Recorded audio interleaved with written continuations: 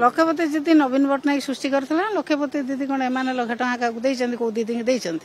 नवीन पट्टनायक देते लोक आणिकी सब लिस्ट करके कौन लक्षपति दीदी कौन क्या 1,00,000 टका देले नहीं पर्यंत रेकर्ड कर नवीन पट्टनायक जो माँ भौणी मान राजनीति आनी विजु पट्टनायक और नवीन पट्टनायक आर्थिक भाव में सामाजिक भाव में जमी सशक्त कर लक्षपति दीदी सृष्टि करते नवीन पट्टनायक 1,00,000 टंकार अधिक रोजगार करने बाट देखते नवीन पट्टनायक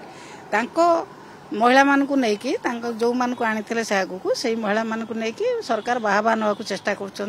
लोक बुझी सारे सरकार कौन करने हाँ मात्र 10,000 देते लक्षपति दीदी 1,00,000 टका कौन देले माँ भौणी मान आज हूँ उत्कल माता गोटे दुखर दिवस कारण यही दिन 1997 मसीहा एप्रिल 17 तारिख दिन प्रभात पुरुष विजुबाबू तिरोधान होता विजुबाबू जो भाई भाव में केवल ओडिशा रे नुहंती सारा भारत वर्षर समस्त नेता भितर अन्यतम थिले एवं जड़े श्रेष्ठ आंतर्जातिक नेता थिले विजुबाबूर से तिरोधान रे आपण मैंने जानी 3टी राष्ट्र पताका तांका ऊपर पड़ता